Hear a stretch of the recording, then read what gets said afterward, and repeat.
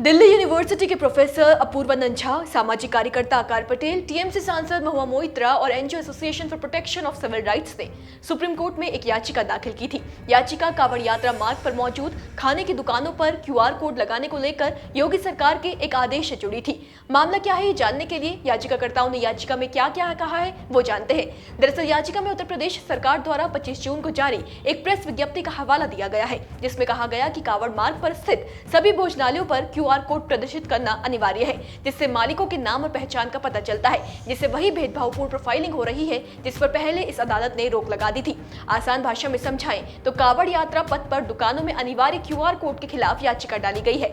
अनिवार्य QR code के खिलाफ आपत्ति जताई गई कि इससे दुकान मालिकों के नाम और पहचान का पता चलेगा, जो कि भेदभाव का आधार बनेगा। याचिकाकर्ताओं का कहना है कि दुकानदारों के नाम प्रदर्शित करने के लिए कहना भेदभाव है और साथ ही कांवड़ियों के लिए संकेत है कि उन्हें किस दुकान को नजरअंदाज करना है। याचिकाकर्ताओं ने कहा कि उन्हें डर है कि सरकार के इस फैसले से सांप्रदायिक तनाव बढ़ेगा और इससे भीड़ हिंसा की आशंका भी बढ़ जाएगी। खासकर अल्पसंख्यक समुदाय के दुकानदारों के खिलाफ हिंसा की घटनाएं हो सकती है। याचिकाकर्ताओं के अनुसार उत्तर प्रदेश सरकार का आदेश निजता के अधिकार का उल्लंघन है। याचिका में सुप्रीम कोर्ट के 2024 के एक आदेश की बात भी कही गई है। दरअसल बीते साल उत्तर प्रदेश, उत्तराखंड व मध्य प्रदेश सुप्रीम कोर्ट ने रोक लगा दी थी, जिसमें कहा गया था कि कांवड़ यात्रा मार्ग पर स्थित ढाबों पर मालिकों, कर्मचारियों और अन्य विवरणों के नाम दिए जाएंगे।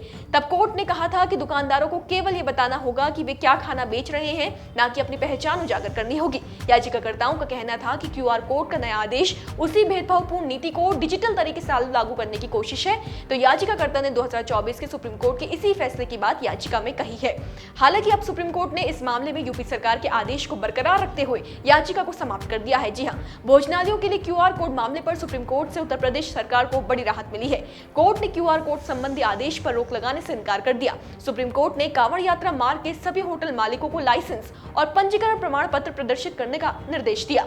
कोर्ट ने कहा, हमें बताया गया है कि आज यात्रा का अंतिम दिन है। बहरहाल निकट भविष्य में इसके समाप्त होने की संभावना है, इसलिए इस समय हम केवल यह आदेश पारित कर सकते हैं कि सभी संबंधित होटल मालिक वैधानिक आवश्यकताओं के अनुसार लाइसेंस और पंजीकरण प्रमाण पत्र प्रदर्शित करने के आदेश का पालन करें।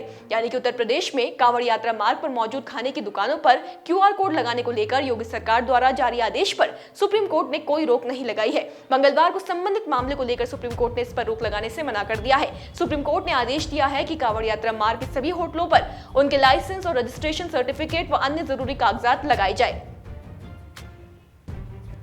देवभूमि इंसाइट।